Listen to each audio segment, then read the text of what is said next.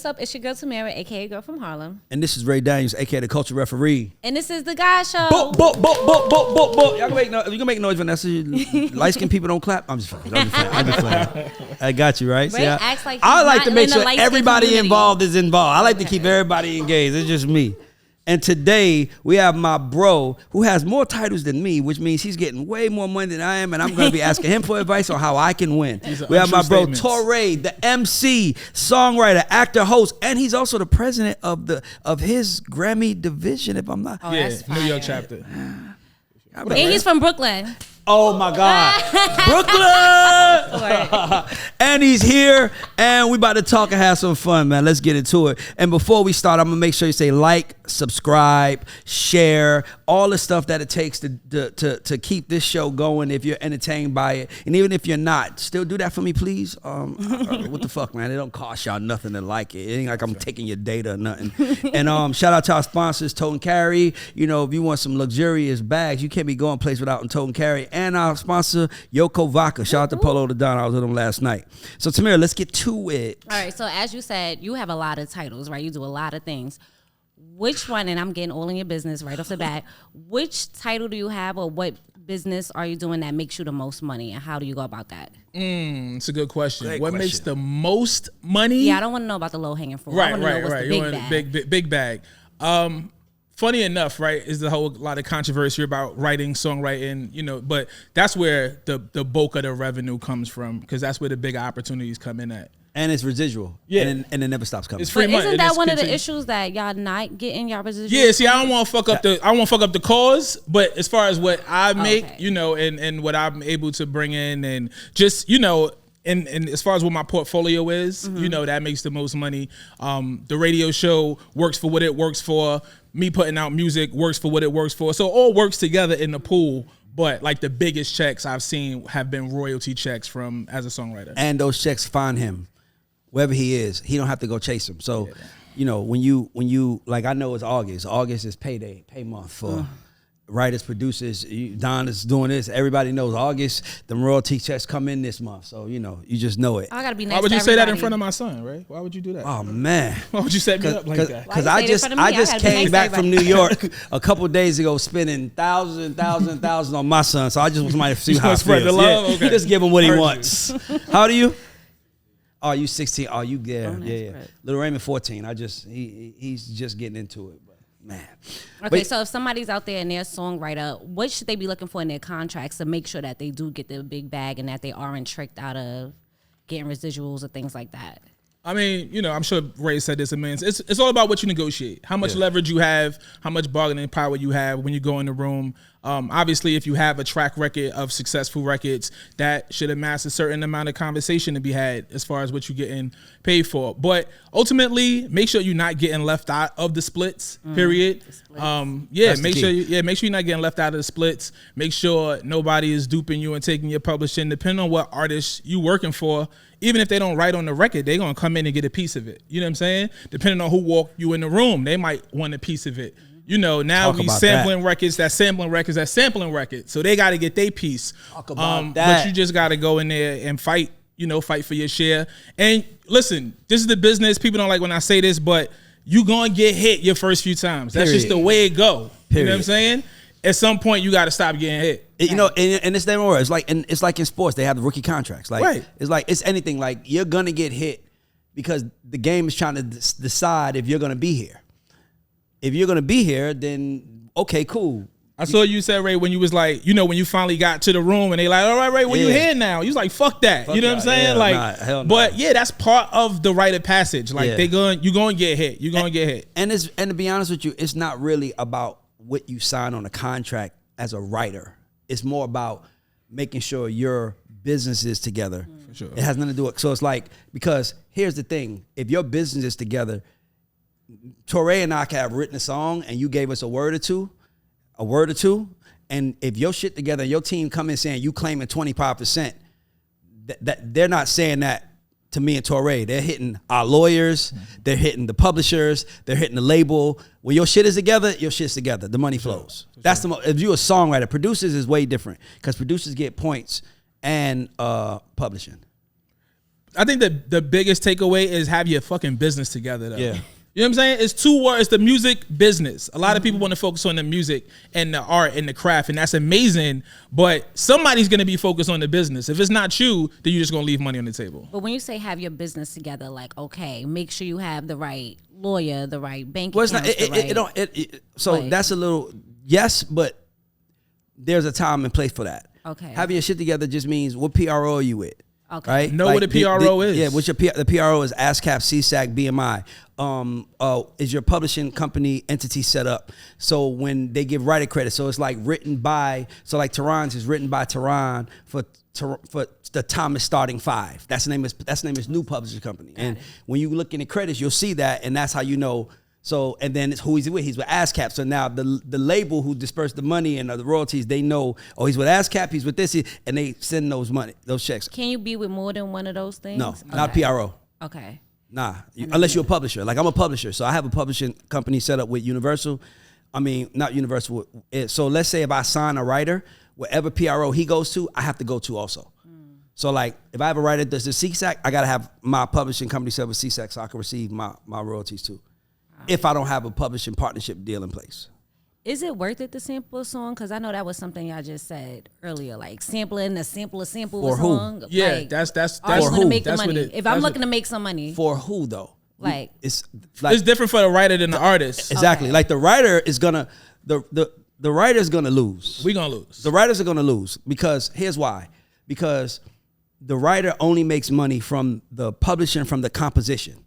The artist makes money from everything. Everything like else. and they're making pick up the bag money. Walk through They're bag. making tour money. They're making endorsement money. They're making money from everywhere. The writers Right. only make money from Merch. the publishing. So you know the amount of money made from a hit record could be $100 million. Right. But You can give up all the publishing. You give 90%, 100% Yeah. of the publishing, right? But you know that record is going to be a hit, and that hit is going to bring you to the masses, and that hit is going to put you on the road, and that hit is going to help you sell merch, and that hit is going to help you do so many other things that you'll be able to monetize that Yeah. you don't care That about. you don't care about that. But if you're not a writer, that that doesn't matter to you. It's like whatever. But for the writers who come in, who that's the only way that they're going to eat, then it's detrimental to them. exactly.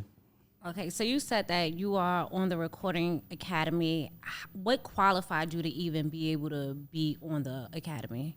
So that part is real simple, and I think people make it more complicated or feel like it's more complicated than it is. Any category that's in the Grammys that gets awarded, whether it be engineer, producer, writer, artist, etc. Any category, and you can look this up. So like nobody's going to spoon feed you this shit, right? Do some fucking work.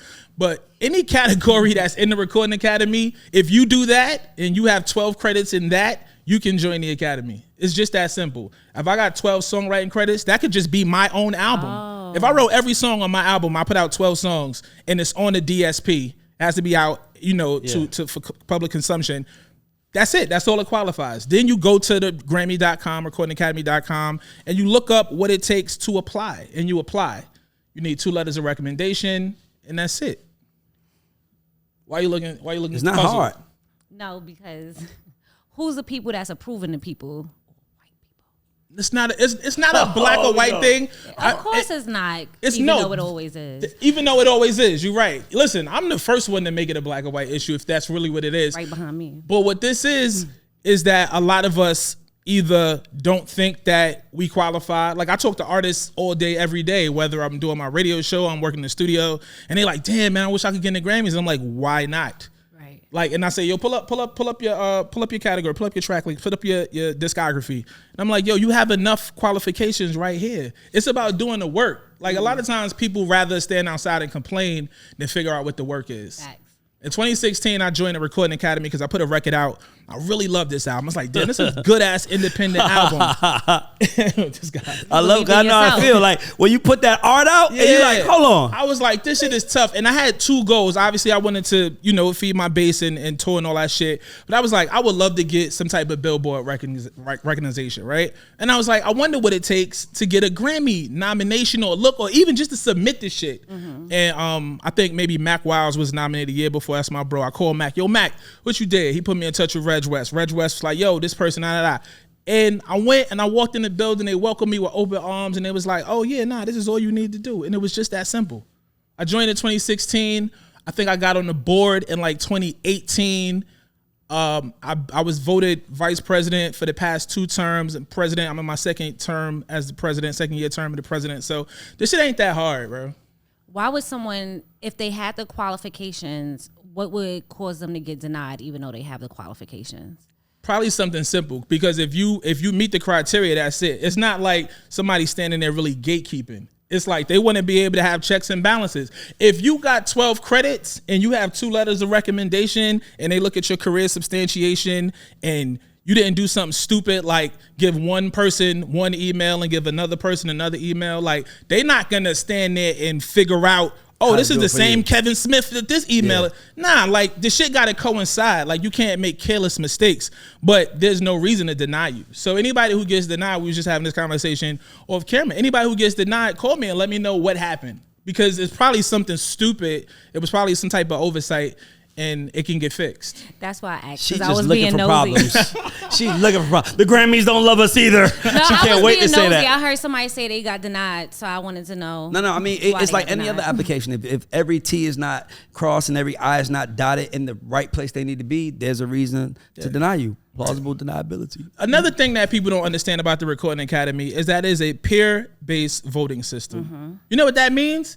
That means your fucking peers are voting for you or not voting for you. And if your peers are not voting members, then obviously they can't. So when you look around and you say, oh, this is a bunch of white people in Omaha that's doing, all right, maybe they are voting members over there, but let's ask everybody that's in your session if they a Recording Academy member. Because everybody that's in your session, the 6 of y'all that's working on that song, should all vote for that song. All be voting when the time comes. Agreed. If you had to say there was one big flaw, like the biggest flaw with the Grammys, what would it be? I will say that probably for the longest time, and this is before I joined the Academy, is that I looked at it as it didn't speak to the culture. It didn't speak to the community. You know, obviously we had the first rap album not televised and shit like that.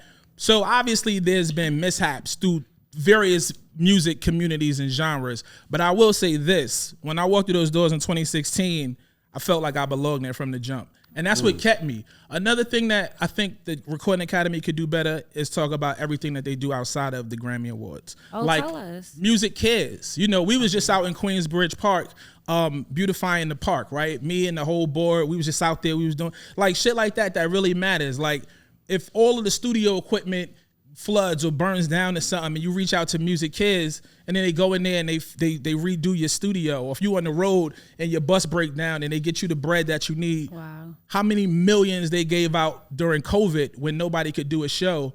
These things don't get talked about. Or you talk about the advocacy like Grammys on the Hill, when we out there fighting for royalty rates to be higher for writers and producers and everybody that's working on music. You know what I'm saying? Like, it's just so many things that happen. You know, there's a Grammy U mentorship program where the young people who want to work in the music business but don't have a way in, if you join the Grammy U program and you say, yo, I want to be a producer, and then they put you with, you know, Rico Love, right? Mm-hmm. And he's your mentor, and now you learning from one of the best to ever do it. You know what I'm saying? Like, those are the things that the Recording Academy does that doesn't get talked about. And I feel like if we talked about that more, people would care less about that statue.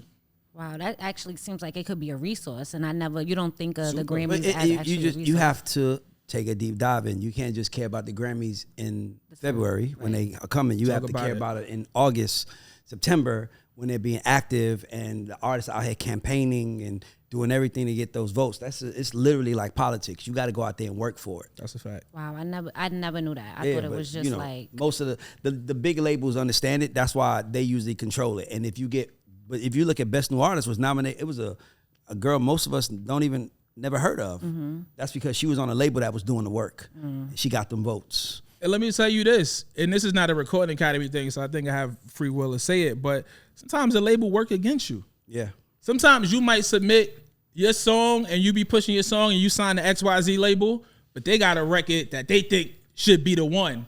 And they putting more energy and emphasis behind that than you and your team putting on your record. Let me tell you, I'm gonna tell you a funny story. He said that. So in 2012, I had an artist that was signed to me that I just did a deal with at Epic Records. And BET does this BET Music Matter stage, right? Where they let two artists perform. So I know people at BET. So obviously I'm being a hungry manager. I hit the people at BET like, yo, could we be considered? And they was like, sure. So now I hit Epic, like, yo, BET said they want to meet with us. Can y'all fly us up? It was like, no, we're not pitching y'all right now. I'm like, but they said they want to meet with us. Yeah, but we're not pitching you guys. It's not you guys' season. So anyway, we flew up on our own. Okay. Met with BET. Love this. Got the spot. Oh my gosh. Did you get in trouble with Epic though? Well, no, I didn't. I'm not. It's not the principal's office. Like it's, I didn't get in no trouble. No. But they were pissed, and I didn't understand why. Like I'm like, that's why I do the show, because it's like I don't claim to know it all. I'm just telling you I learned it. So I was like, so me and my partner Davon was trying to figure out why the hell would they be mad at us, and then when we got it, they were really mad. And I was like, why are they mad? And I found out later that they were actually pitching Tamar Braxton for that slot. Oh, and we beat her for that slot. And we performed. But I didn't know there were slots. Right. I just thought BET is showcasing artists. I want to be one of the artists. I didn't know it was only 2 artists a year. And and I didn't even know he was performing at the awards. One of the greatest moments of my life is this is my first time being a part of an award show. I've been to award shows, but I've never been a part of one until this time. And you have to do the rehearsal. The day before the awards, they do that. So what you don't know is that the day before any award show, they do the actual show the day before. Okay. So they tell us you got to come for the show. And I'm like, oh, okay, cool, we're going to come. And then Terrence J comes out and reads it. And he's like, Curtis Fields. I'm like, and me and Davon look at each other like, we performing on the fucking award.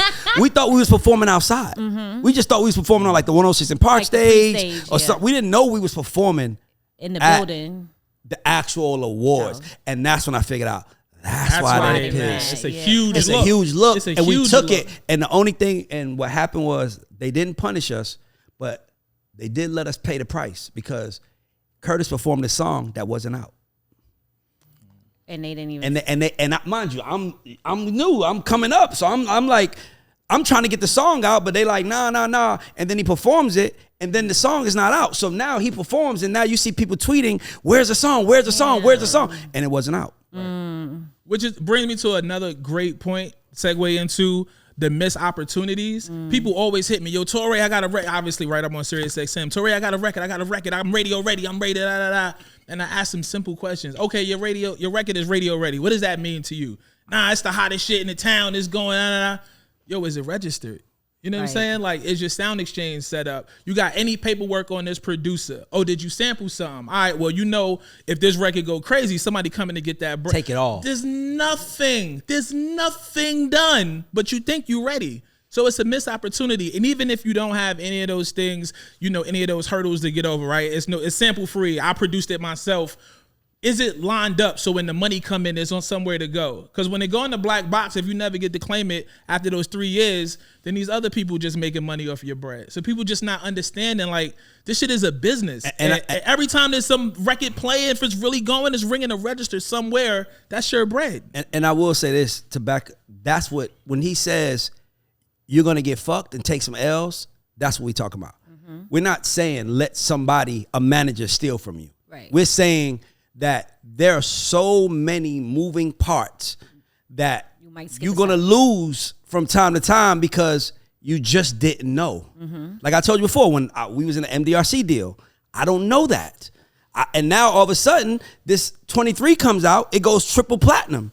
And I'm like, well, we almost out our deal. And they was like, no, that don't count.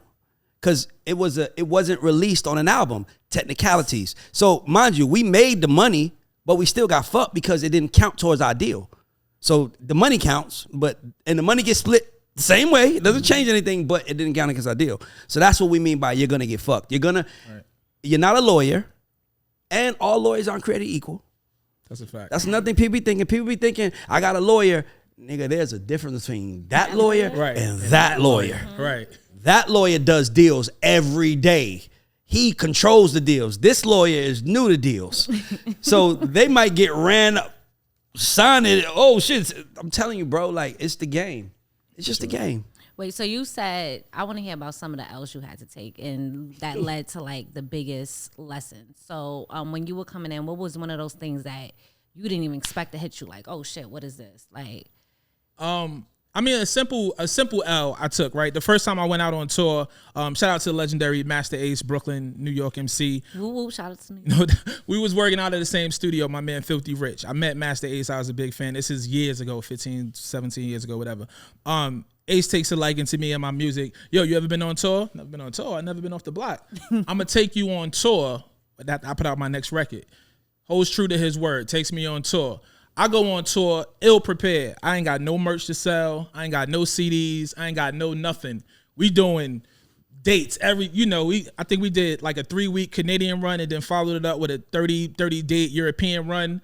And I'm leaving money every night at the show, because even if 2 people buy a show or buy something from me at every show, that's some bread that I'm walking away with that I left on the table. So just like little shit like that, just being ill prepared, not knowing what you're getting into and not having the foresight or having a team around to understand. Like sometimes we just don't know because we don't know, and we don't work with anybody that worked in the business to give us that game. So that's why I try to give out as much game as possible at all times. So you're a radio personality as well. You should ask him which one he likes doing the best out of all the titles. That's the real one. I was going to ask what was his least favorite thing about being a radio personality, but we could ask that next. What's your favorite? My favorite thing that I do? I got a lot of hats. Right. And my favorite is probably this one. Word. Because I like talking. You know what I'm saying? But it pays the least right now. The sponsorship dollars is here. We see it. Slowly. What do I love? I think that even though I ain't put a record out since 2018, I think being an artist is always going to be my first love. Just because when you sit there in your head and you get in the studio, whether you hear something in your mind and then you transfer it, and you record it and it sounds like, oh, wow, I did this. Or you exceed what your brain thought. And then you see people react to it, and there's different ways that you catch the reaction. Now, obviously, we got social media, which is great, which wasn't always around. But just getting out there and doing the shows, you know what I'm saying? Especially like me starting, I was in the projects in Coney Island when Master Ace took me on tour. I didn't even have a passport. Like I had to go to the passport office the day before the tour bus was leaving because I was like, oh, I'm not gonna be able to go on the road if I don't get this done. So like to get out and be in like spots like Poland or Spain or Germany, and people reciting the rhymes that I wrote in 10C in the back room, you know what I'm saying? Like that shit was mind blowing. So like the reward was incredible because I didn't realize the power of music until that moment. But I will say everything that I do, I enjoy because I don't do shit I don't like to do. I don't have to. Amen. You know what I'm saying? So like, I love that. I love the radio shit. I love my podcast. I love going to studio and songwriting, especially because I had my own career for so long as an artist. Now I'm working on EDM records and pop records, and I'm writing records with women. I get a whole different perspective to create from. So like that shit keeps it exciting. But everything I do, I love. And acting, obviously you get to drop into a character every day you're on set and do some whole other shit and be a whole other person. Speaking of acting, so there's a big writer strike going on. And actor strike. And everybody's on strike. Everybody. All right. And one of the big factors that goes into this strike is artificial intelligence and their want to kind of, I think, just scam you guys once and then be able to use people forever in backgrounds. Well, in that movie, they're gonna pay day rate one day, and then scan your body and then insert you in the movie for the rest of the days. They don't need you for other days. Crazy. The most disrespectful that is crazy thing you could do to create to like that's like literally like you're not needed. Come in, let me take a picture. You buy. I'm worried that one day they won't use humans at all for acting. Yo, can I tell you something? It was 2 things somebody told me. I ain't gonna lie. One of them things, one was ill. This guy said, because I posted that. He said, in the future, you're gonna. So what? Give me. You like Coming to America? Yes. Okay, so you're gonna be able to put your face on Lisa. Oh. Like you can put your face on a character in the movie and watch the movie with you in it now. I was like, that's gonna make movies come back. Like imagine watching movies and you can just put your face on it, like what character you want to be in. Like when you were little and your mom gave you the Christmas book that was, and you were the main character. No, okay. Mom, you had good Christmas. I would say you had good. My mom never bought me a book my whole life. Right? What you talking about? I'm dead serious. So what is your biggest fear for the future of acting, movies, that whole genre, and how can we fix what's going on?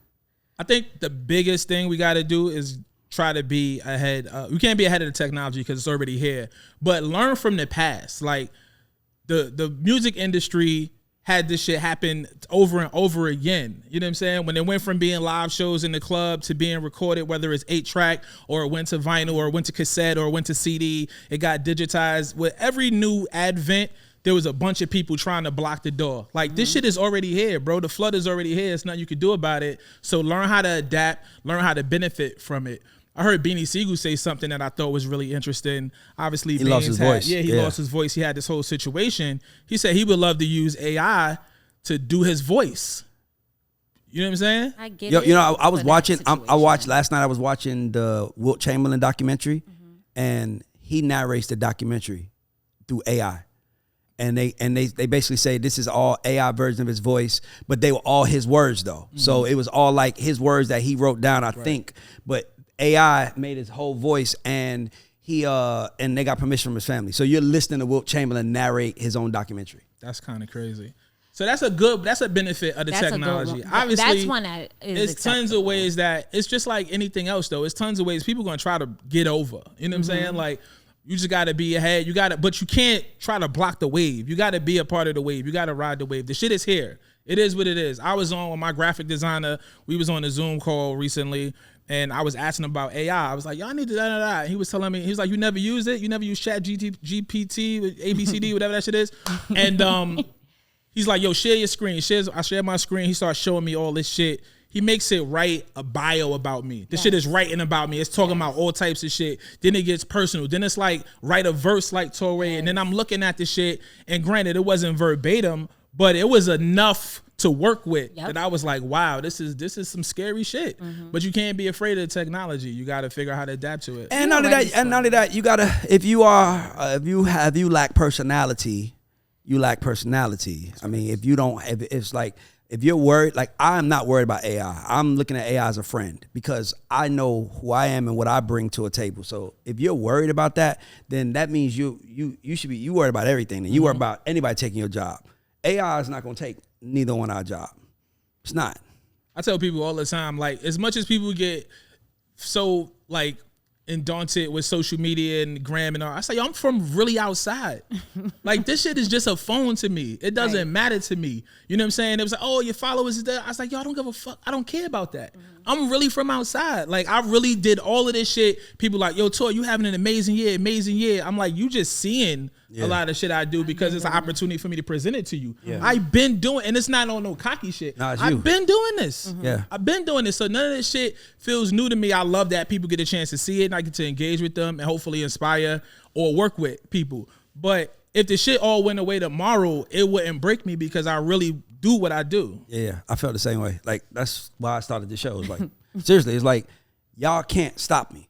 Like, y'all might not like that I'm not like y'all, but you can't stop me because I shot in the gym every day, nigga. Right. Put me against any one of your players, I'm gonna bust their ass. Like, it's just the game. I feel the same way. We be worried about the wrong shit, bro. Like, we need to be worried about how to harness that shit to work in our favor. How can you make 3 AI versions of yourself to do things that you don't want to fucking do? Right. That's what I'm talking about. I wouldn't send AI here. I would really come and do this though. I wouldn't send the AI to her. Please don't send a fake artificial robot coming up in here because the aliens are coming, but I'm not going to talk about that. They here. Leveraging your social media and your influence. Don't they could hear you, so don't be making fun of the aliens. Leveraging your social media and your influence. What are some ways that you have used your influence to kind of make you some money and get you in doors that you might not have been able to get in otherwise? You see the man chain? Right. This guy, yo, Ray is so rich. I seen the train before You he see came the through chain? the door. I ain't want What he say when I nothing. say the man got his own money? The man got his own money. So we got to change it to Brooklyn gets the money. Swear, I'm with that. Queens niggas is hating. What is my... That shit is new to me, if we being honest and if we being transparent. I think I underutilize it. Oh. Because He does, by the way. I'm not an influencer. Like, You are. You haven't owned it. I'm okay, but I really, like, I do the work. I'm the job. So I don't know how to sell it. I know how to show up and do it. So for me, like, somebody asked me, yo, how much would you charge to do a 30-minute Instagram live? And I really didn't have a way to figure out how to monetize that. So I was like, it's 30 minutes of my time. Obviously, I know what I could be doing, but I don't know what that means. I don't know what the algorithm means. I don't know what my amount of followers, is it high, is it low, I don't pay attention to it. So in a way, I think I'm not being the most beneficial with it. So I called somebody who does that, and I was like, yo, what do you think I should charge? Because I'm never afraid to ask a question either, but I don't think I use my influence as good as I could, because people always ask me about doing shit or being a part of shit. And I'm just like, yo, bro, put me in the studio, I could do this. Put me on the set, I could do this. Put me here, I could do this. What was going to piss you off? What's going to piss me off, Ray? Is when somebody comes in the room has done nothing compared to what Torae has done, and he's telling people, I can show you how to do what I've done. And then you see him driving a Lambo. That's a fact. For selling dreams. That's what made me start talking, because I'm like, because sometimes I see people online and I'm like I literally, as we're filming this, have the #1 song in the world.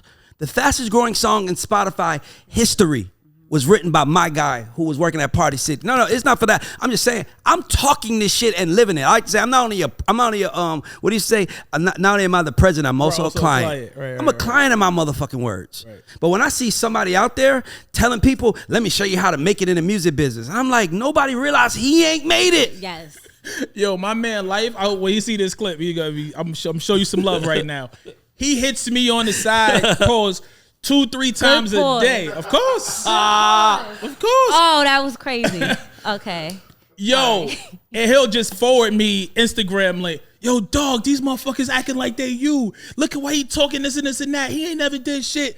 And I'll be like, yeah, dog, you can't get worked up over that shit. It's tons of people that have figured out how to sell dreams, but that's not new under the sun. Yeah, but what I'm telling you is that my thing is this, and anytime I talk to anybody, and this is why I named my company Leverage Your Influence, right? Because I literally would be in a room with people, and I would be like, and they'd be like, Ray, what should I be doing?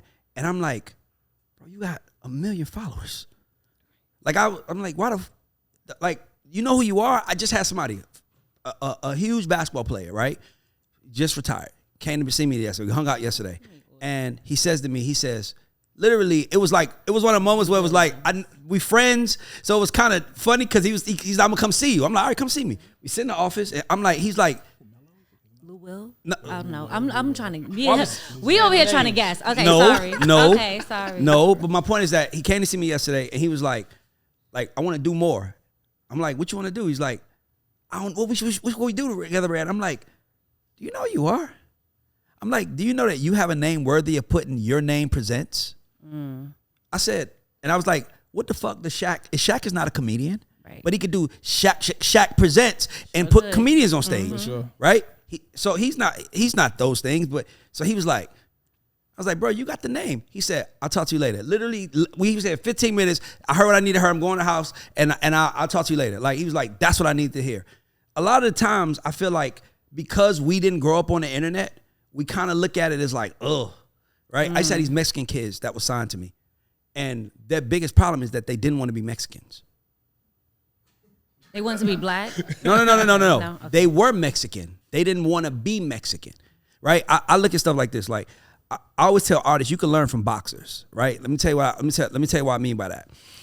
Boxers, we don't hear them talk. Right? But like, if you watch a boxing match, Tamira, Torae, Ray, all of us ask the same question. If we see two guys boxing, one guy's black, one guy's white, who we going for? The black guy, yeah. Right? Exactly. So if you see somebody coming in the ring and he has Mexican color boxers on, you going for the Mexican if you're Mexican. So I'm like, that's what I mean by they didn't want to be Mexican. They didn't want to like have Mexican colors. They didn't want to have to like eat tacos. They like, we don't even eat tacos in Mexico. And I'm like, well, we do in America. Right. Do you know that Cinco de Mayo is a made up American holiday? It means nothing to people in Mexico for real. Hilarious. And I'm like, but we can do something for Cinco de Mayo. Yeah, but that don't mean, we Mexicans don't really do that. I'm like, well, Mexicans here do. So that's what I mean. A lot of the times people like yourself, people like myself, don't want to be what we are. And another nigga's like, I'll be it. Right. He starts making all the money, and now we pissed off. Right? Yeah, like some CB4, perfect example. But then when you are who you are, unapologetically, if y'all know where I'm going with this, then y'all start calling people names. Like who? Give me an example. Red, Sukiana, like when she was on the red carpet. I ain't never called neither one of them a name. You tell them when and where they should be themselves. No, I never said that. You just said that she should never been in London talking about eating ass. She No, gotta I be didn't. Who she is. That's The not what I last said. show you was. I said, let me tell you exactly what I said. I said, if I showed you the clip of her saying I want to get my ass ate in London, and I told you she was in special classes, would you believe me? And that's the truth. That's what I said. Let me tell you something. Anybody know me? Janaea said right. Anybody know me knows one thing I am not. The one thing people that close to me wish I was more arrogant. I'm not snobbish because I know where I came from, and I also know I passed everybody. And the reason why I passed them because them niggas were snobbish.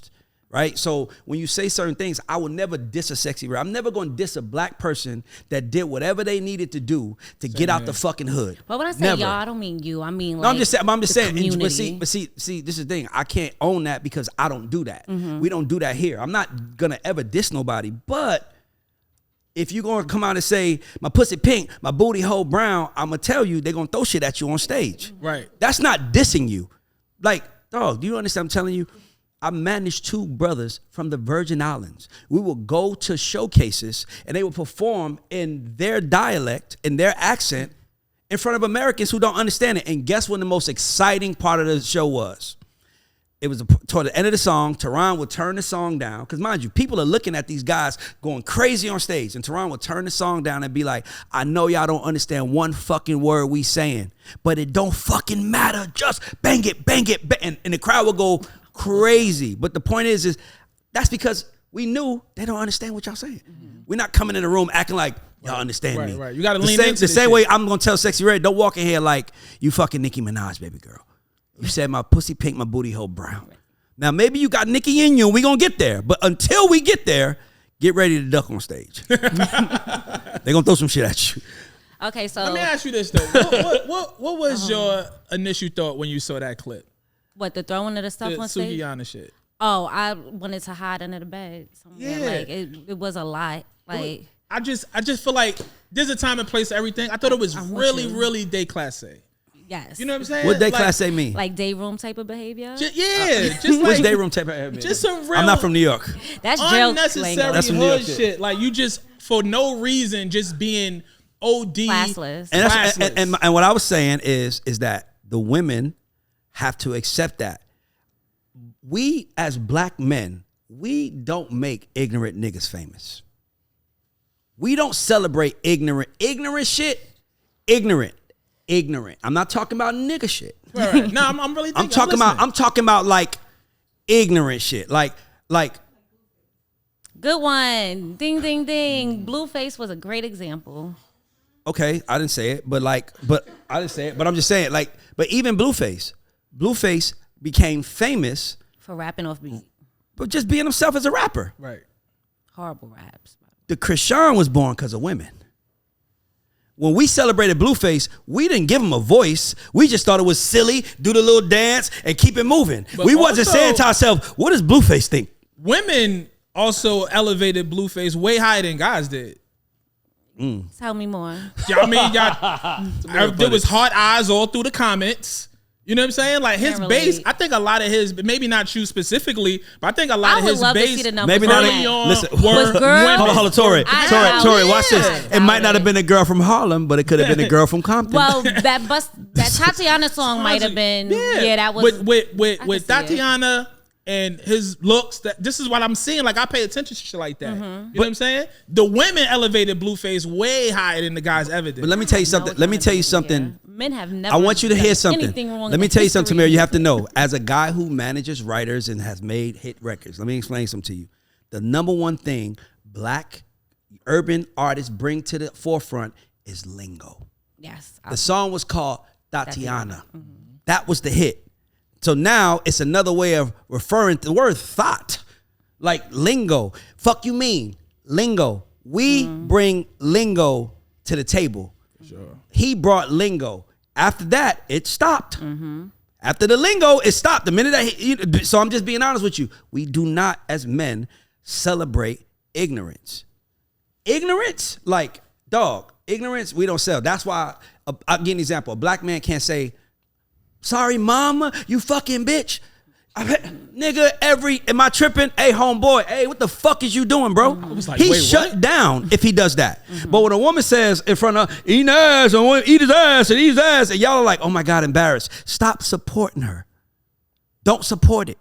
Because niggas will speak up when we don't like some shit. What? Do that shit? Don't support her. Right. But back to your point, though, whatever it take to get out of your situation, whatever it take to get out of that hood, whatever it take to get to the bag, I'm not saying do everything and anything, but I'm never going to knock nobody. I don't know what their situation was. I'm never going to knock nobody to figure out a way how to get to the shit. But once you get to the shit, what you going to do once you get there? Hey, brother, I don't use the dap me. I got to dap you up. That was out. That's cool. But once you get to the bag. Once you get to the shit. You are no longer allowed to stay ignorant because you have advisors, you have money people around, you are in London, right? You have people around, you have to learn. But what's that balance between sticking to your brand and still like being who you are and relating to the fans who had you the whole time and kind of growing and elevating? When she said that in front of those white women, she was trying to be ignorant. She chose to do that. Right. She wasn't in the I'm not interview. talking about her She wasn't in particular. Right. But This we particular- spoke. You're like, but we are talking about her. Just Okay. because it's a very specific thing. She chose to do that. They pulled out the phone, they recorded it, they posted it. It wasn't caught candidly and nothing like that. Right. Good She point. saw the environment and she said, oh, I'm going to show my ass. Literally. I'm in London. figuratively. I'm going to show my ass. And then I don't care about how the white people. I don't give a fuck about white people's opinion Amen. of me anymore. I don't care about anybody's opinion of me because I know who I am. But I spent a lot of time in my life. Oh damn! Why would you that in front of the white people? I don't give a fuck about that shit no more. I care about what we think more than what I think about what they think. But more than that, I don't care what anybody thinks. But don't about embarrass me. But yeah, on don't purpose. like don't get them more fuel. Yeah, Don't give them more fuel. Yeah, don't give them more shit to post. Don't give them more shit Reason- to put on Fox News and you know what I'm saying. Don't Like, give them more reasons to a black person come around to be like, oh my God. They're like, cause come on, man. Like at some point in time, we're gonna have to rise. And the only way we're gonna rise is when the ignorant people, we tell them stop. Yeah. You're ignorant, bro. Stop it. Yeah, like I hate when you like in a public place and somebody's on the phone and they're like, nigga, mad loud and there's white people around. I'll be like, bro, can you like Oh no. You would hate to be in some studio sessions. well, that's different. I'm talking about like if you're on the line at the airport and listen, in my opinion, if I call you it, I'm giving you permission to say it. If I say it to you, if I'm talking to a white person, I'm like, nigga, I gave you permission to say it back to me. Cause if it's only for us, then it should only be shared amongst us. Are you? Yeah. Absolutely. Like, not. let me ask you a question.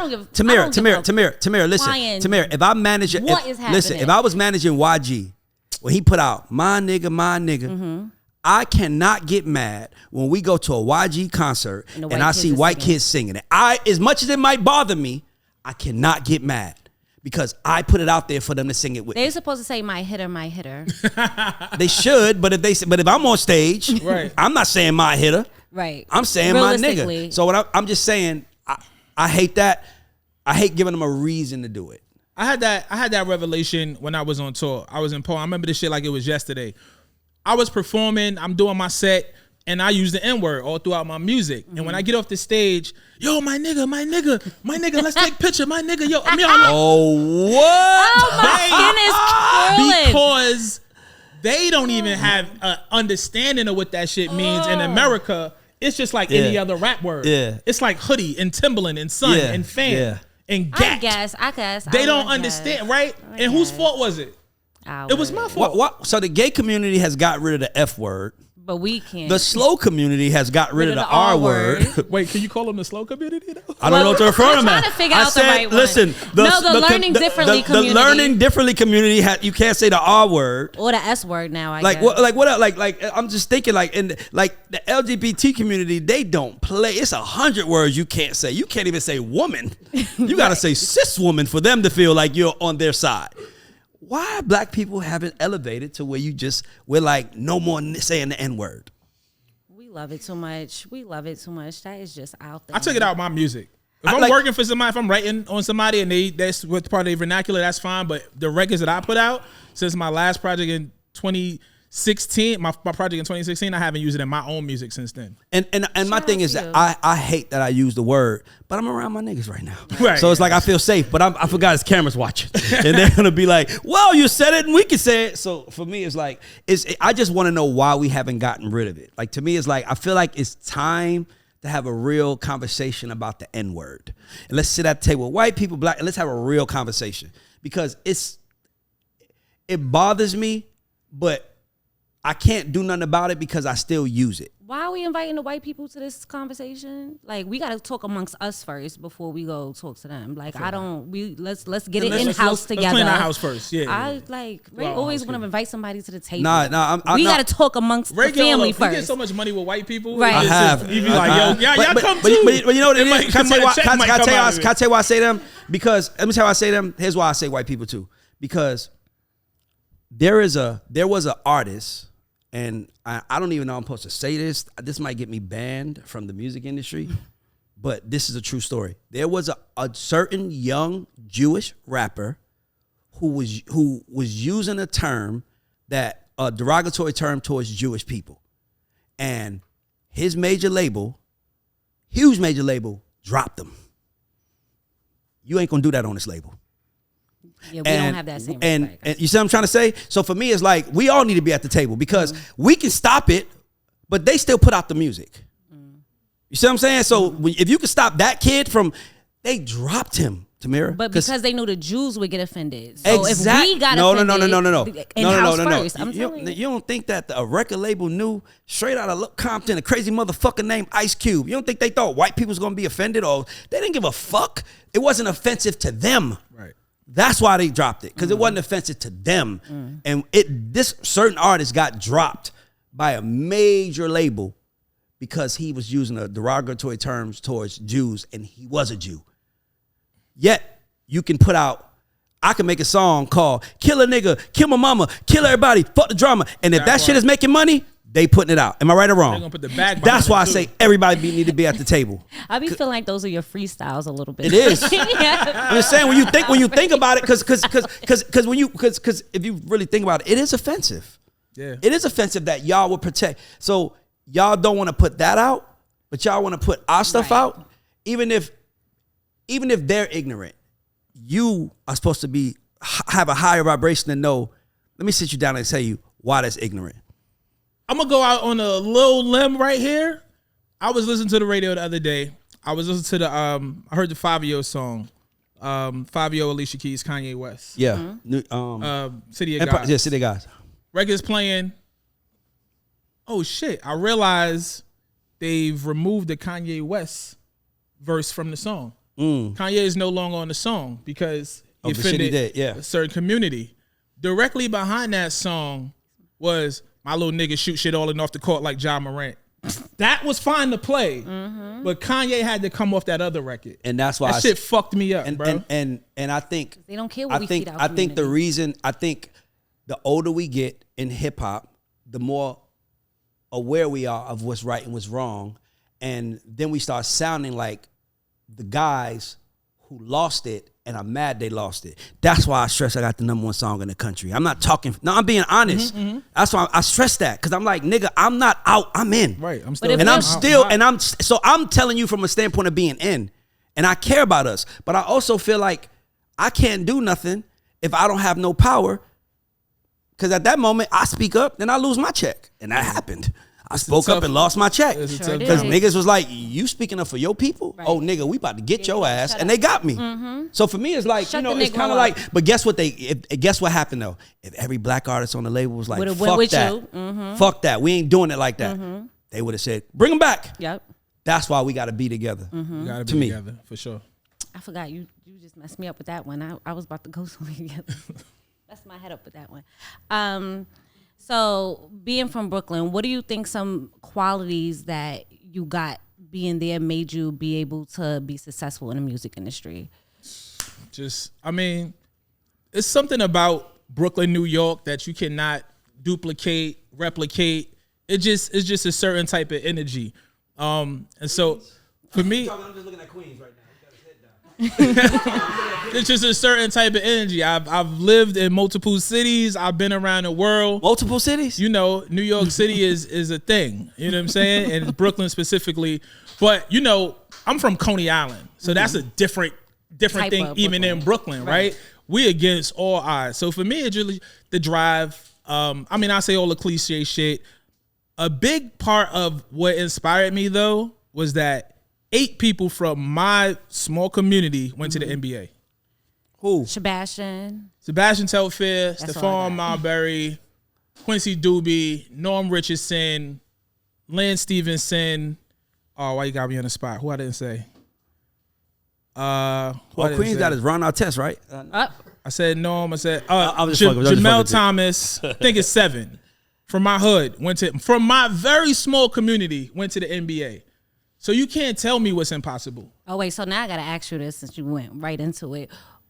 Which borough do you think has the most stars? Not just music. Superstars to stars. Not just music, like movie stars, basketball players. Like which borough? Told you. Oh, you go. I was gonna say, if you said stars, the Bronx is giving Brooklyn a run for its money because J-Lo and Cardi B alone They're huge. is taking only people that you can put J-Lo over them can't as far even as sing. stars. You said stars. You said stars. That means all stars, she right? is a star, yes. She That's what I'm saying. You Hollywood guess. No. Yeah, I think That hate shows All right. up, guys. We got us off on that hate shows up, guys. It's like Wait. Frank J-Lo Sinatra can't from Brooklyn, sing. right? I hate that I first went there. Frank Sinatra's from Brooklyn. Yeah. Frank Sinatra's from Brooklyn. Michael Jordan's from Brooklyn. Michael Jordan, Spike Lee. I mean, we talking about outside of the music business. Yeah. Carmelo Anthony, Ali. You know what I'm saying? Like, So Queens is not taking this vote. Is it? Nah. Oh, now I changed the question. Even Y'all if we would did lose just that music, too. ooh, Yes. no. If it was just music, he's saying they would take it. You know he gonna say 50. That's what he got. Ja Rule. Yeah, LO, LL. Dog. Nobody is bigger than Jay-Z and Big. and that's it. No, I know. I'm just saying. If you talking about, listen. Let me ask you a question. Would you rather be the place? First of all, nobody has one place beat. Gary, Indiana. For sure. That's what Don Vito from. I was about to say, is that why you saying that? And that's also what Michael Jackson is from. Jackson's from. Yeah. See, All right, Don. I'll give you that then. See, Don. Look, this is if you looked at Gary, Indiana. Look how this is all Michael Jackson. Here go Don right here. But we on that motherfucker, Don. We on that Freddie bitch. Gibbs. Freddie Gibbs right Don, I there. gotta get some Freddie Gibbs some too. And I gotta give Ian Dunlap some too. You know what I'm saying? I was just saying, like, y'all got Michael Jackson. If Michael Jackson was from where I was from, I would be flying right now. Like, I'm from where Michael Jackson from. Yo, dog, listen, how do we have the conversation? Did you see the Brooklyn Public Library? Yes. Oh, damn, that's the one thing I was supposed to do yesterday. and I didn't do it. Jay-Z's lyrics outside of the Brooklyn Public Library. Don't even Fire. go inside and look at the exhibit. Crazy. All you got to do is drive down Eastern Parkway. That shit is mind-blowing, bro. By the way, he's a guy from Marcy Projects who the media will never let you forget was a drug dealer. Yep. That's the same guy. 560 State Street. This is crazy. Right, it's right up the block from that. It's right across the street. That's from crazy. Like, it's bananas, And I ain't bro. gonna lie to you. The most arrogant men in America are from Brooklyn.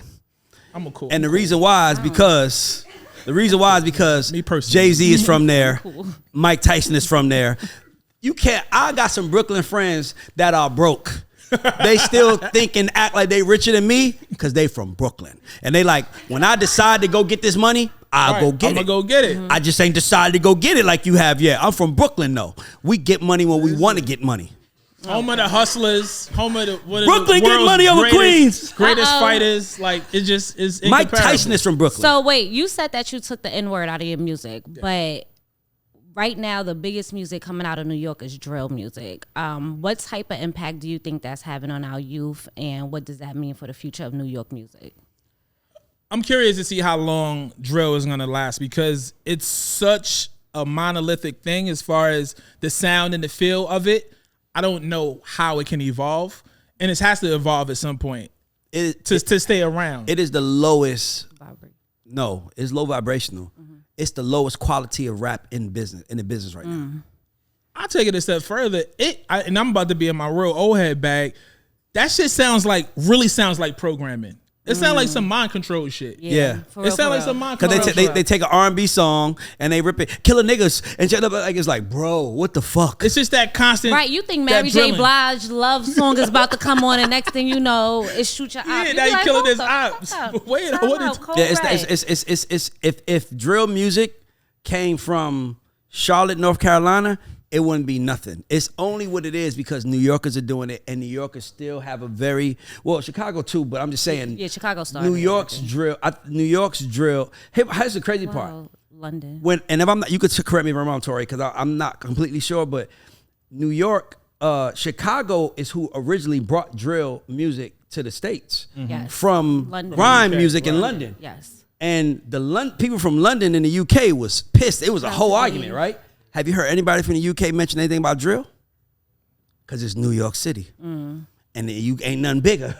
Right. It's nothing bigger. The New York drill has become more mainstream. For as regional as drill is, we have nationwide conversations about it. That didn't happen from the grime music, and that didn't happen when it was happening in Chicago, like it's happening now, like these conversations. And you're seeing artists that come out of it have somewhat of a successful run. Granted, they end up in jail or dead, unfortunately, but they get to a point where people start to have national coverage of them, and I think that's the difference. So I gotta ask you a question, because you kind of contradict. I do too, by the way. A lot of what we tell people when they're starting, which is you can't do it all, right?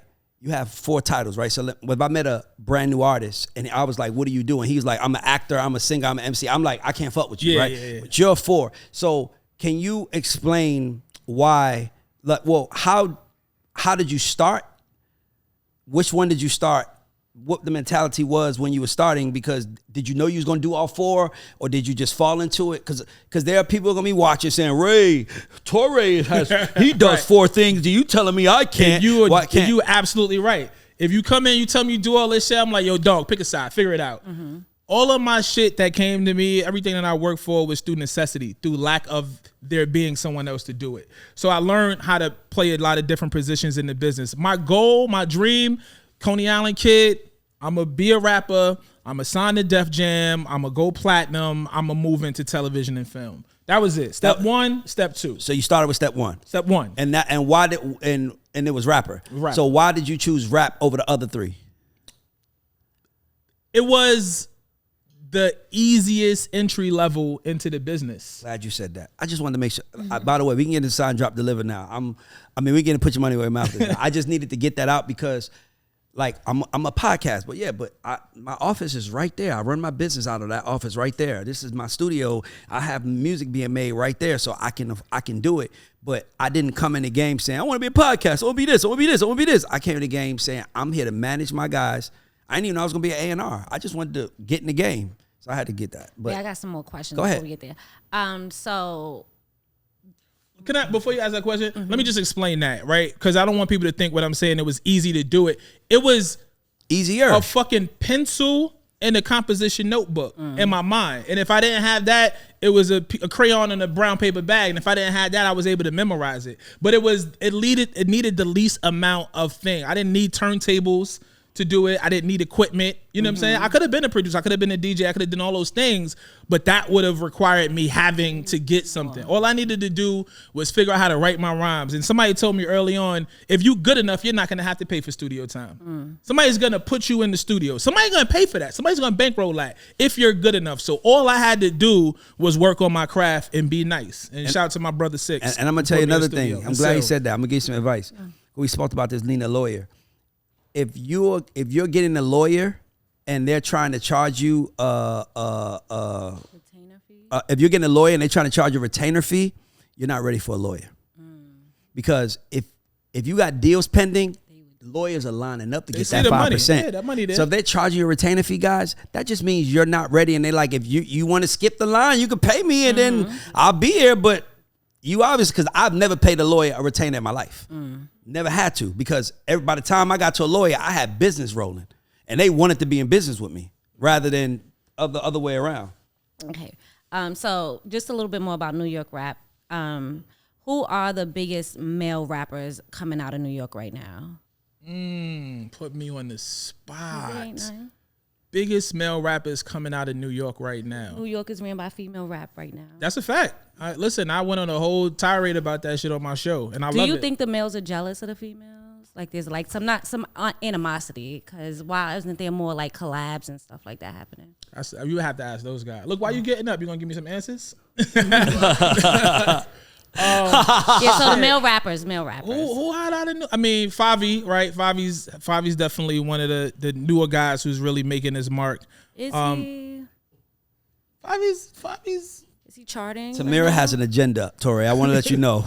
She has an agenda. She's going to bring up Ice Spice every show. She's going to bring up Ice Spice every show. I wasn't going to bring it, but since you brought up Ice Spice, no. All I think y'all got is A-Boogie. Love A-Boogie. Love A-Boogie. And he kind of is like not. I'm not going to say anything not a star bad like about. that. Yeah. I'm not going to say anything bad about A-Boogie. He could walk through the mall and they not going to go crazy. I'm about to say, he is a big artist. Who got food?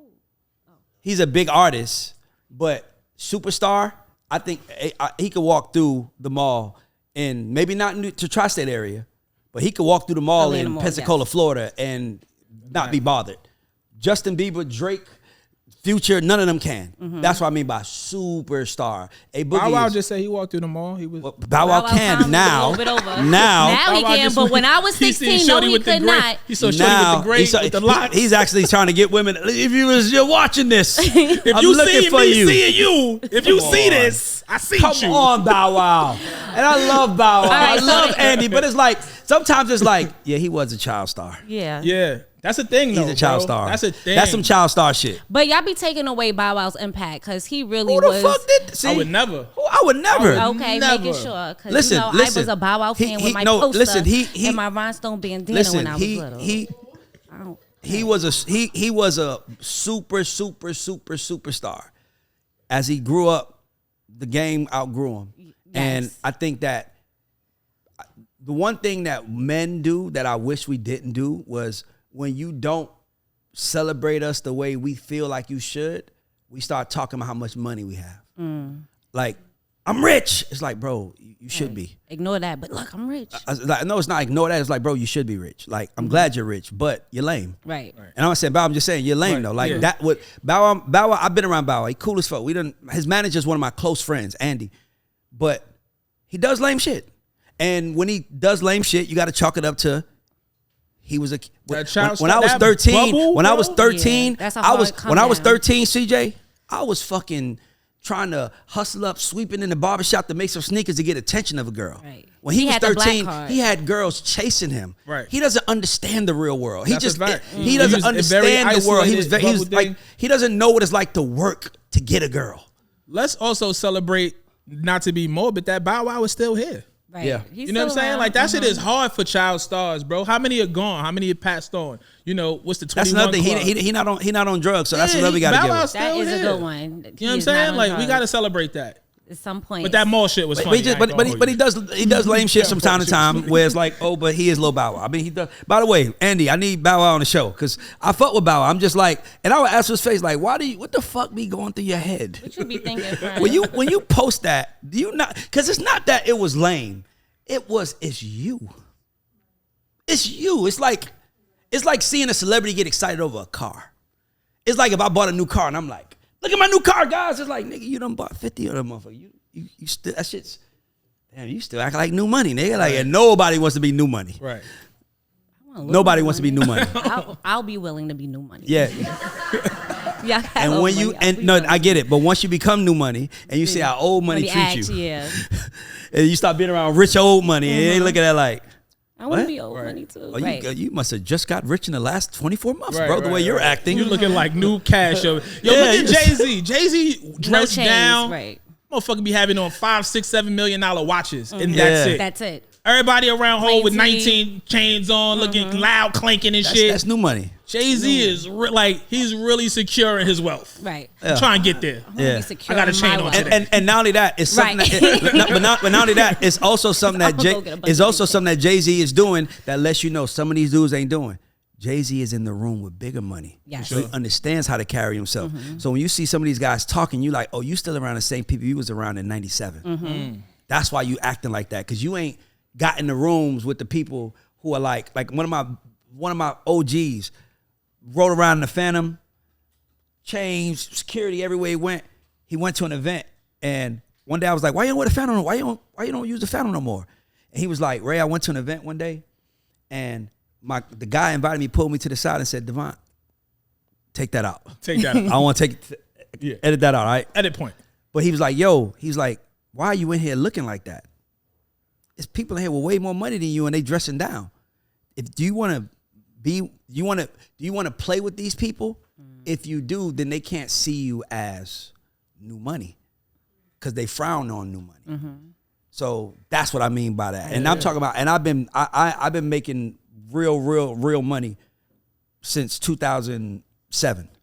2005 and 6, I did pretty good, like 60 to 100,000. But 2007 is when I started hitting that mid, and then 2014 is when I hit that 7-figure number, and that's what I was doing. So, and then you start, and guess when I start making 7 figures? When I start hanging around somebody who was worth 9. Right. And then I start. Yeah. Then I start learning how to behave, because it's like, you know, I'm being honest with you, because you know, I say one more story. I remember what changed my life. A mentor of mine changed my life. I just did a deal. I did. Rock City was doing a publishing deal. He lost out on the deal, so now I'm managing Verse Simmons, and I go to him because he missed out on the last one. I'm like, shit, you might want to get this one. I'm like, he like, how much money you want? And I told him. But it's an important part to the story. He missed out on their deal. And because he missed out on their deal, I'm in the studio with one of my producers who I just started managing like within the last month. And we're in the studio, and it was a great look. We're in the studio. We working on Pussycat Dolls, Jimmy Iovine's in the building, Akon's in the building. This was Akon's the biggest artist in the world. And Lady Gaga was in the building, but she wasn't Gaga. She was just writing. Okay. And the guy walks in, and he's like, he's like, Ray, how much for him? And I'm like, give me 6 months, because I got to build it. I just started managing him. He was like, well, how much you gonna want in 6 months?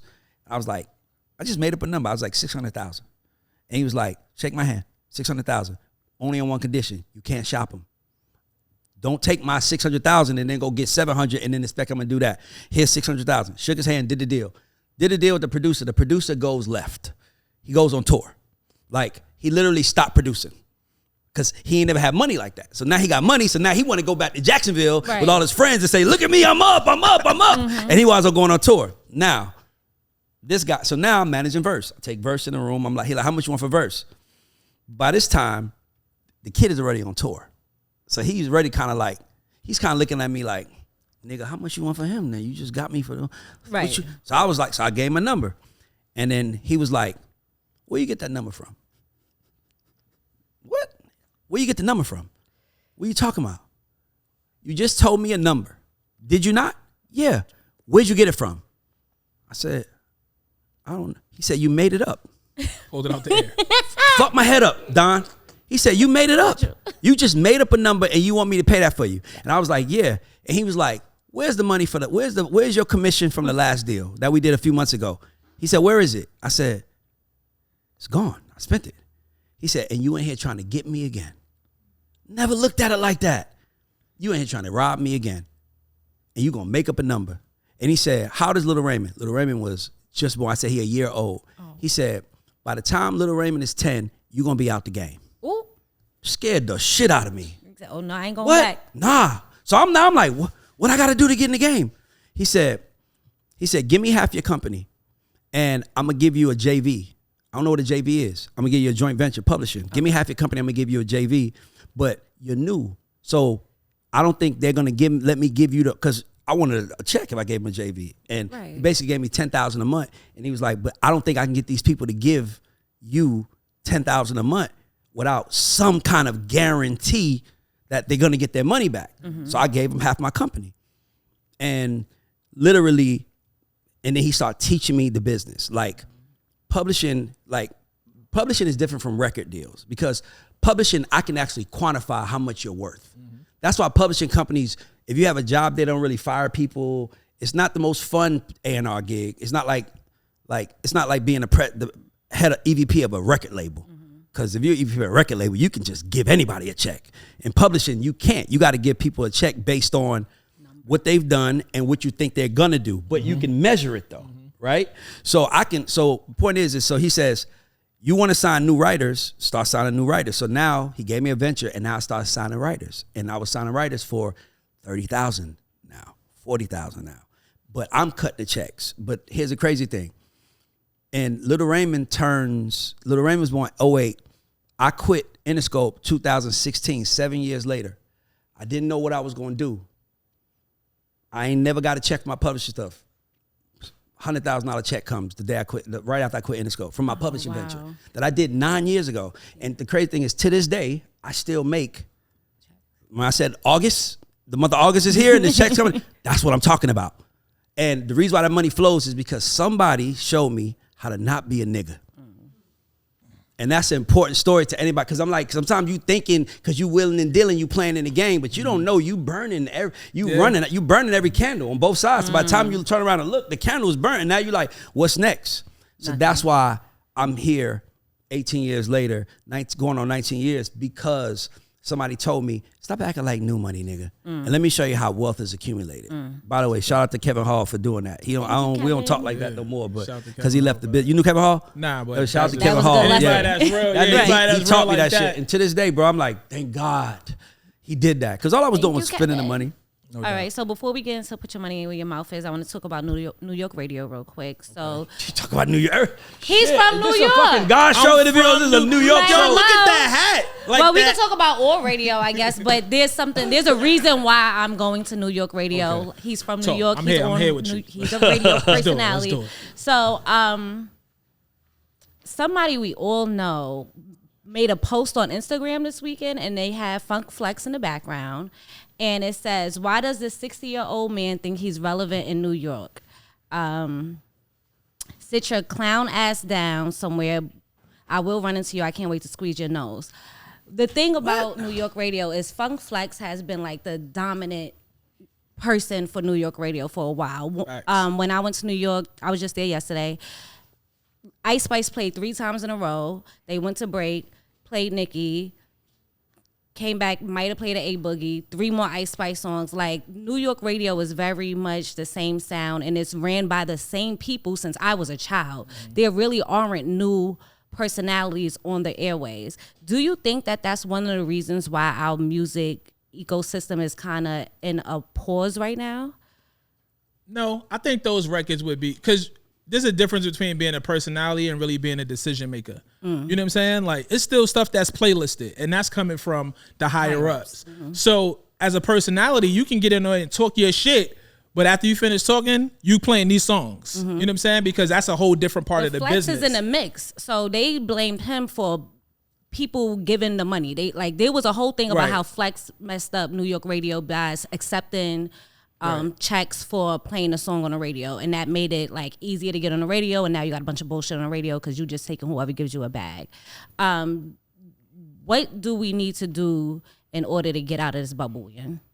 I definitely think that there always needs to be new, fresh energy coming in. That's how you keep shit fresh. That's how, literally, that's why things get stale. It's old, it sits there for a while. And that's not to point at any person in particular, even in general. I just told my PD, I was like, I don't know how much I want to talk about here, but the music gets younger every year, and we have a birthday every year. And so that gap widens every year, right? Great and at point. some point, somebody's got to come in that speaks to these people. Yes. You know what I'm saying? And I think that's in all facets of the business. That's not to say that don't have some OGs there, don't have some mentors there, and people that understand the business to teach you, but also like the fact that any one person has been dominating his space. You know, his thing is, yo, come take it from me, come take it from me. There's tons of young, talented DJs out there that got personality, that's doing their thing, that could, you know, that big shoes to fill, but that could eventually dominate in that space, in that spot. But nobody wants to get out their seat, and that's the problem. Nobody wants to get out their seat. Facts. I'm willing to give my seat up because there's another seat here that I'm destined for. So I'm not scared. I'm not holding on to this. I don't want to play my pussy pink, my booty hole brown. That's crazy to me. Right. You know what I'm saying? That's no shot at the artist. I'm just saying, like, when I had my time. I used to throw lips to, I had my Kim era, my Fox era. That's when I was in that mix. That's when I was on that type of timing. I'm not on that timing no more. I've evolved. I've been around the world 19 times. We know better. We know better. Like, so for me, it's no knock on the music, because that music was a part of my vernacular when I was coming up, but I'm up now. So it's a different thing. And I think that that's where a lot of people say, well, listen, if you want this spot, you got to take it, or be gracious enough to be like, yo, I see what you're doing. Come in. Let me navigate you to this pace, and I'm gonna move on to my next thing. I don't know. I can't speak for Flex specifically why he wants to continue to stay in that space. I still think he's entertaining, but you know, like you said, he been on that box for a very long time, doing that since we was kids, and we grown now. Right. Shit. And grown kids almost. Right, like grown kids now. Okay, so we're gonna play one of my favorite games on this show. It's called Put Your Money Where Your Mouth Is. So Flex, my new shit dropped in 3 weeks, so I need that. Oh wait, before that, because I want to talk about Rock the Bells. My fault, I forgot all about it. Rock the Bells is this weekend, right? Yes. All right, so for the followers that don't know what Rock the Bells is, can you tell them a little bit about it?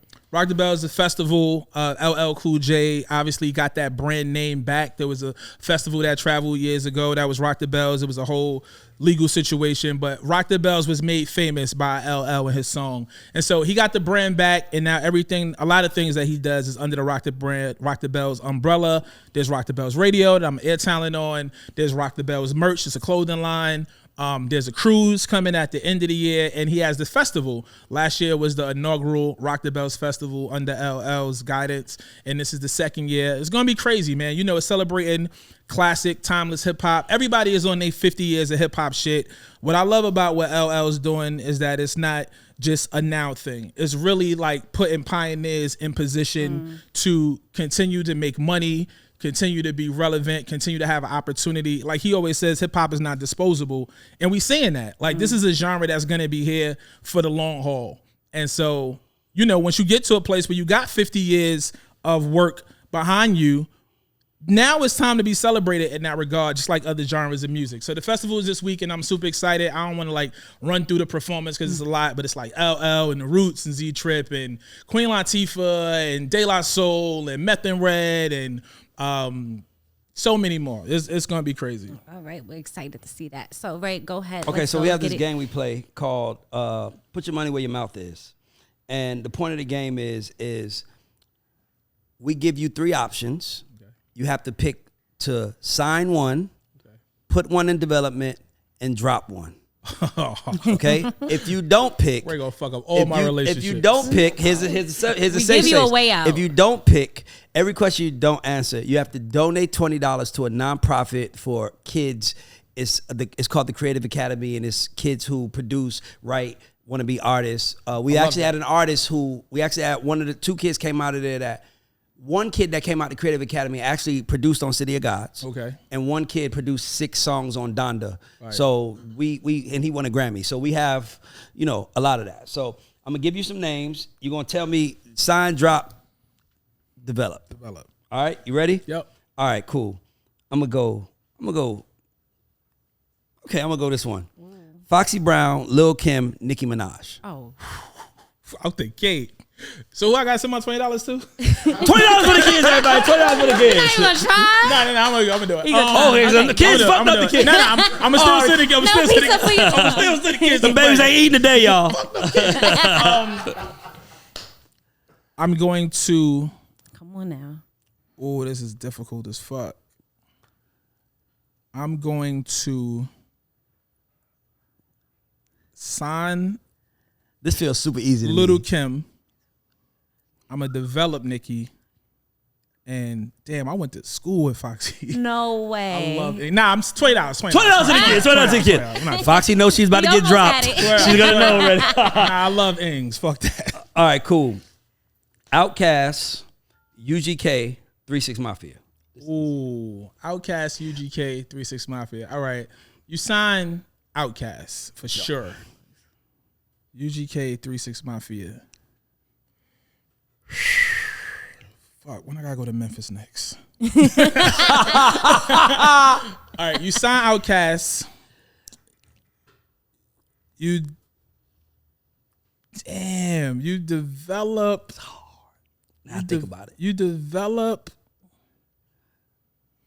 Pimp C was a UGK. Like iconic, bro. Is like what probably was iconic voices in hip hop history. Personality, just you develop UGK, you drop the Emmy Award winning 3 6 Mafia, Teddy Club book. Like you lose all of that? That's crazy. But yeah, that's my answer. All right, cool. See, he does it the way he does it. See, Jack comes up with these, by the way, and he switches them up. So you know who to play. So the way he does I'm a pragmatic thinker. Okay, so here we go. Here's a great one.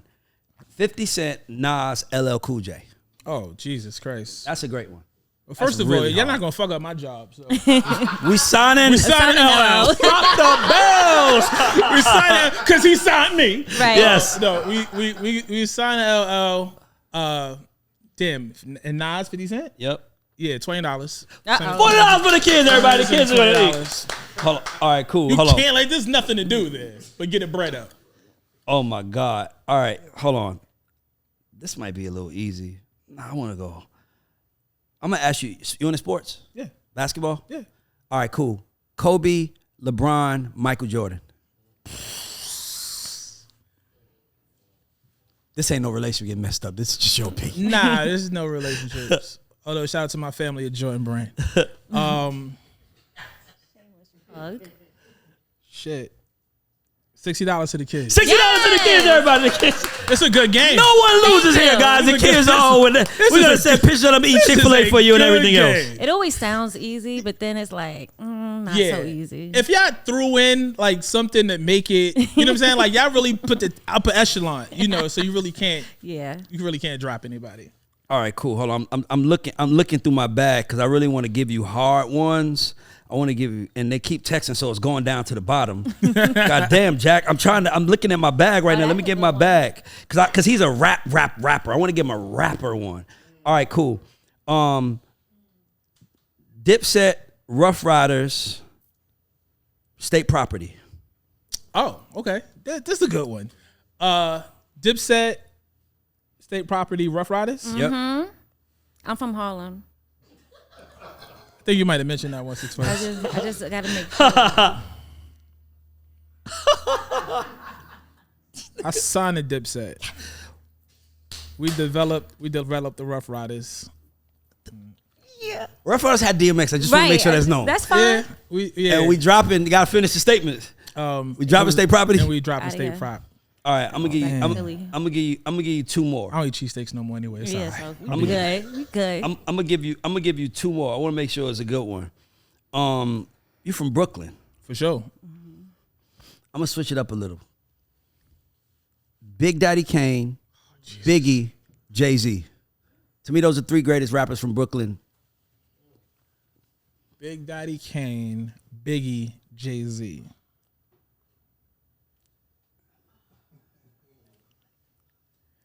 You sign Hove. For sure. You develop Big. You give $80 to the kids. $80 to the kids. That was a good way to do it. $8 to the children. Them. Yeah. All right. Having a pizza party this week. All right. Last one. I use this mix up. Last one. Kanye, Drake, Future. I want to know what your son thinks about this. I want to know if he approves all these answers. This is Kanye, Drake, Future. Shit. Shouldn't be as hard as it is, but it is. Pause. It is hard. All right. Kanye, Drake, Future. Kanye, Drake, Future. Shit. Do we get the kids to $100 or do we? Kanye. Are them kids gonna eat? Kanye West. Kanye West. There's only one. Kanye West. Okay. I'm sorry. No, we were talking about the other Kanye that's out there somewhere. Kanye. All right. Fuck. There's nobody on earth with Drake's magnitude, but that doesn't happen without Kanye. Like I got one more I gotta give you. You on't gotta pay for this one if you don't want to. But after this one, I got one more. I'm gonna switch it up. Wait, he gotta do this one. I got one. All right. Fuck it. Yeah. Stand on Hype it. yourself up. Jump. Signing. Damn, yo, how many summers Drake? Drake had a lot of fucking summers. 2009, I think. A lot of summers, boy. Ye is 4. Consistent. And Future is 2012. I'm signing Aubrey Graham. Drake. Okay. I'm developing Ye. Dropping Future. Okay. All right, cool. Last one. And this, by the way, if you want to pay, you can pay. Your son agree. If you want to pay, you can pay. But if you don't, I just got to ask you this because I'm going to implement this. I like this one because you're a hip-hop fan. Ready to Die. Oh, Jesus. Reasonable Doubt. Oh, this is getting good. Illmatic. Oh. What album is going? It's on your label, by the way. What album is we dropping? What album we gonna hold off? We got to add some flavor to it. Which one we sending home? Ready to Die, Illmatic, Reasonable Doubt. There's no logical answer. Right. How do you do this for your standard? But for shits and giggles, I answer two. By the way, how about that? I answer two. Okay, I answer this one. $100 to the kids though. Fuck. Okay, $100 to the kids. $100 to the kids. Right That's there. that Brooklyn shit, and he can still answer. I'm a fake answer. Illmatic is when people ask, yo, what's one album that you could listen to? Yes. You know what I'm saying? Like if you was trapped on the island. For me, for as much as I love all of those other things and other genres of music, Illmatic speaks to me in such a way that if I had to be relegated to only listening to one thing, it would be Illmatic. Hold up. I like his thought process. He's from Brooklyn, Right. and Brooklyn, he New picked York. a Queens I'm from Coney artist Island. album over the two most legendary artists from Brooklyn. blasphemous. The That's comments- so blasphemous right now. The comments Queens will have never officially forgive me. listen. Queens has officially started getting the money again, Jack. Jack, you should pay $20 just for that answer. You should donate $20 just for that answer, Jack. I agree. Yeah, Illmatic is just, that shit is just, I mean, they're all brilliant, but Illmatic speaks to me talking for Torae Yeah. Carr specifically. Reasonable Doubt. Damn, not over the Notorious Glorious. Ready to Die. Album wise. Ready to Die has suicidal thoughts on it. One of the most. I want to go to hell. Like no song in the history. Shit. It ain't hard to fucking tell. Nigga, that was the one song. When that shit came out, I was 14. I heard that shit. I thought I was listening to like, this was the scariest thing I've ever heard in rap history in my life. When I die, fuck it, I want to go to hell because I'm a piece of shit. It ain't like, it don't make sense going to heaven with the goody goodies dressed in white. I like black Timbs and black hoodies. God would probably have me on some real strict shit. Have me on some strict. No sleeping God, all day. right? No getting my dick lit. Even though hanging with the goody goodies, lounging in paradise. Fuck that shit. I want to roast. What, nigga? Oh yeah, nah. Come First of on. all, what is your brain even on for you to Just say conceptualize that? To right? even, Are y'all trying to get out of answering the question? I'll answer. You want me? He gotta finish. I just like to talk about. He gotta finish. You gotta finish. There's only certain minds that are that brilliant. D1 is here. He is brilliant. Exactly. He is He brilliant in that understands way. Because of the sophistication of Reasonable Doubt, juxtaposed with the sheer street non-hustler mentality. Like Biggie was a corner hustler. Jay-Z was always talking from a boss mindset, Yes. right? Where I was when these records dropped, because I'm really rationalizing this, I probably resonated more with Ready to Die at the time. Yes. Because it felt like me. So you're developing Ready to Die. Reasonable Doubt felt like a grown man teaching me the game. But yeah, we already sent the $100 to the kids. Yeah, right? and Jack is gonna donate 20 because you said $120 for the kids. $120 for the Jack, you got it. Tamara, Ready to Die is for sure. Number 2 is Reasonable Doubt. So you dropping? Because let me tell you why. Because I'm thinking about Nas. To me, didn't have nothing on Illmatic that it was all about him. Like, you know, when Jay-Z did, He told you the world was yours. I know, but no, hear me out. But hear me out. That's true. That's true. That's true. But he was talking to himself though. Whose world looking is in the this? mirror, The right? world is yours. It's mine. It's mine. It's mine. He was talking to himself. But I'm saying the reason why I say Illmatic is third, I would probably drop that one, is because I'm in the music business, and Jay-Z on Reasonable Doubt had Feeling It. It had Dead Presidents, which was sampled from Illmatic, and he had the song with Mary, Can't Knock the Hustle. Can't Knock the Hustle, right?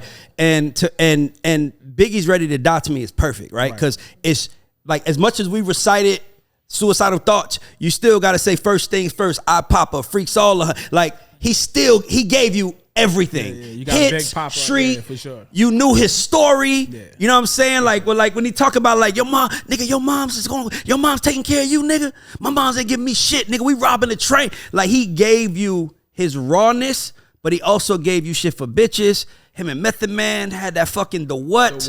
Like, the thought process was that Method Man was from Wu-Tang, was what was considered the most lyrical group.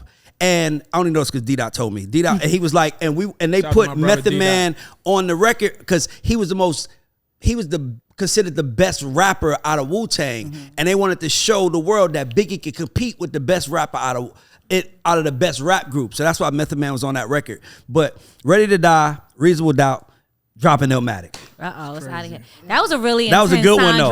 That was a good one though. We got to actually do a show together. Whenever you back in town, we should do a show together where we just go out about music. Because I love music. Gandhi till I'm charged and Wait, writing in my book a random question. all the words past the margin. Can't hold a mic. I'm throbbing. Mechanical movement, understandable smooth shit that murderers move with the thief thing. Play me at night. They won't act right. The fiend of hip hop. It's got me stuck like a crack pipe. The mind activation. React like I'm facing time like Pappy Mason with pins I'm embracing. See, sweat off my dome, spit the phlegm on the street, suede tips on my feet, make my I'm out of here. That guy is out of his. Wait, hold on. I gotta mind. ask both you guys a question because this is random and now y'all got me excited. Pick an artist that has 0 bad songs. It's not gonna happen. I feel like you always say Jay-Z is the most perfect. I said Biggie is the most perfect rapper ever. Oh, okay. I think Biggie is the most perfect rapper ever. Let's be clear. So what's a Biggie song you would skip? Well, I didn't really like you're nobody till somebody kills you. I might have skipped that. But I play Sky is the Limit 50 fucking times in a row.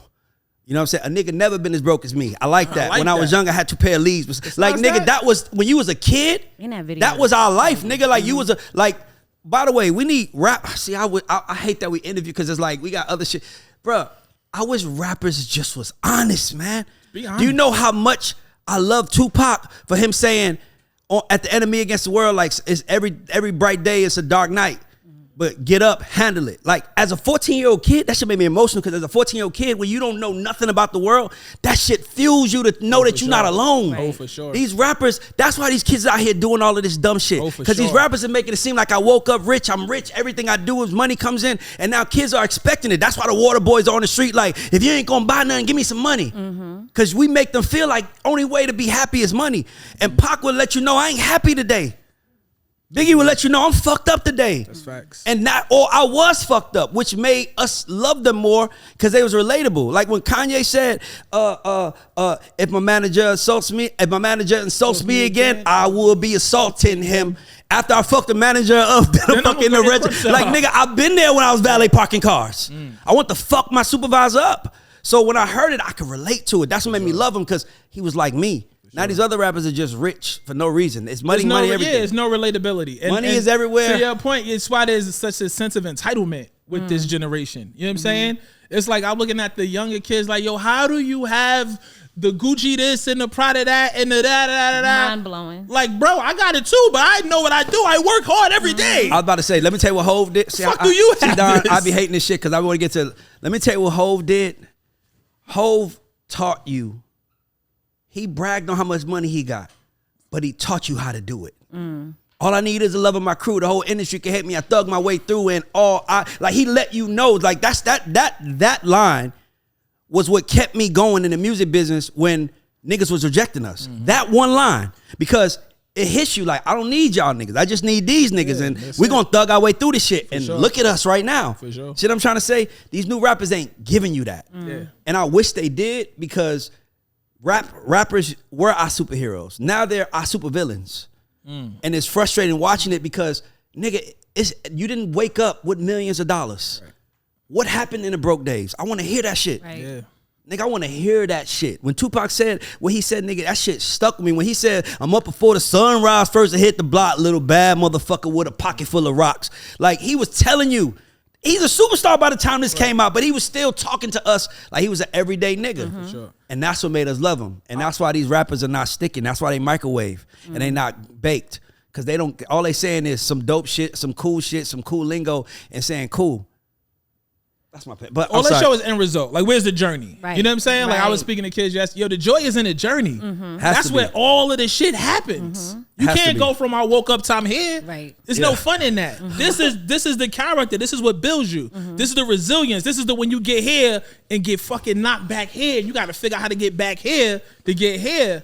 That's everything. That's the whole shit. This shit is crazy, man. That's the whole shit. But we gotta keep it moving, man. So we have this part of the show, last part of the show we call credit check. And the thought process is, by the way, did you see that clip that I posted with the guy? That's why I loved it, because that's why I love that guy, because he could have been like, yeah, I got a deal and I got all these hit records, but he admitted, I met Ray gave me $20,000. So that's the type of shit that keeps us in the game. You know that. Niggas try to erase people, and I hate that. So I like to do credit check where you can give 2 to 3 unsung heroes in your journey here. And, you know, it could be your parents, but I usually like to say somebody who can actually use the leverage. Somebody that could take this clip and show it to whoever and say, I told y'all, listen to me. Look what, you know what I mean? So that. The people that I automatically think to credit, like the people that were probably most influential and beneficial to helping me get to this place, have all the notoriety, so I wouldn't mention them. But that McDonald's job I talked about, so I could get studio time, I ended up not having to pay for studio time because it was a gentleman who drove through that McDonald's every Sunday with his mom in a blue Benz. It was the first Benz I saw in real life. I was like, whatever he's doing, he's lit. I wasn't the lingo back then, but he's lit. Yeah. He pulled me to the side one day. He said, yo, man, every time I come through here, I see you out here, you got your headphones on, you working, whether you taking out the trash, or you clean the windows or whatever. He was like, I got a company. He was like, and I just wanted to get your information because maybe you could work with me at my company because you seem like a hard worker. And I was like, I'm Torae, what's your company? He said, I'm a record producer. No way. I said, well, guess what? Irony. I want to make records. Right. And I need somebody to produce them. And I had just recorded my very first thing at like the homeboy's crib off a video game. And that's what I was listening to in the headphones. And I played it for him. His name is Sylvan Sargent, my man Sil. And from then on, I made my first demos and everything. That's what got me started. First time I heard, I didn't even know really what I sound like on beat. Wow. I was like, who the fuck is that? It sound like Mike Tyson. Yeah. It was like, nah, that's you, dog. Oh, wow. Literally had to find my voice, like literally and figuratively. So definitely shout out to Sylvan Sargent. We was talking about Sky's the Limit, Biggie. Clark Kent took me from that producer to really learn how to make records, really learn how to make songs, count bars and all that. But Clark Kent is Clark Kent. Mm-hmm. DJ Eclipse, though, who ran Fat Beats, managed Fat Beats, and did WNYU radio, the halftime show on WNYU, which is big college radio back in the days. I walked in Fat Beats and asked how I could get my vinyl in there on consignment. I had some records. I was like, listen, I got some records.